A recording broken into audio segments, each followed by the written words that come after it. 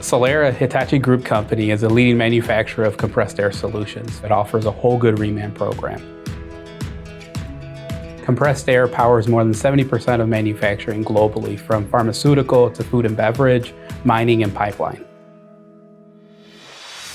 Our remanufacturing program is something where we take a compressor in and we disassemble it into thousands and thousands of parts. It then goes into a level of remanufacturing, recycling, reusing, and repurposing.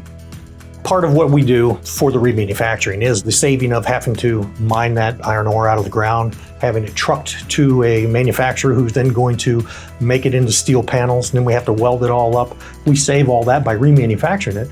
To date, our remanufacturing program has helped offset over 5,000 metric tons of CO2 production through salvage and reclaim of components from our cores.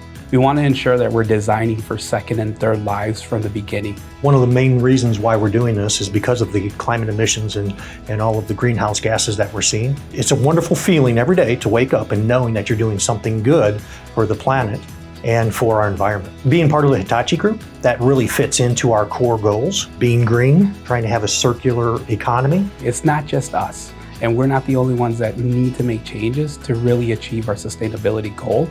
We need to make sure that we push it upstream and we push it downstream so that we're pushing our values and our culture of sustainability across our entire value chain. We're starting a journey and we want to be at the forefront, at the leading edge of sustainability. We're involving our employees in the sustainability journey.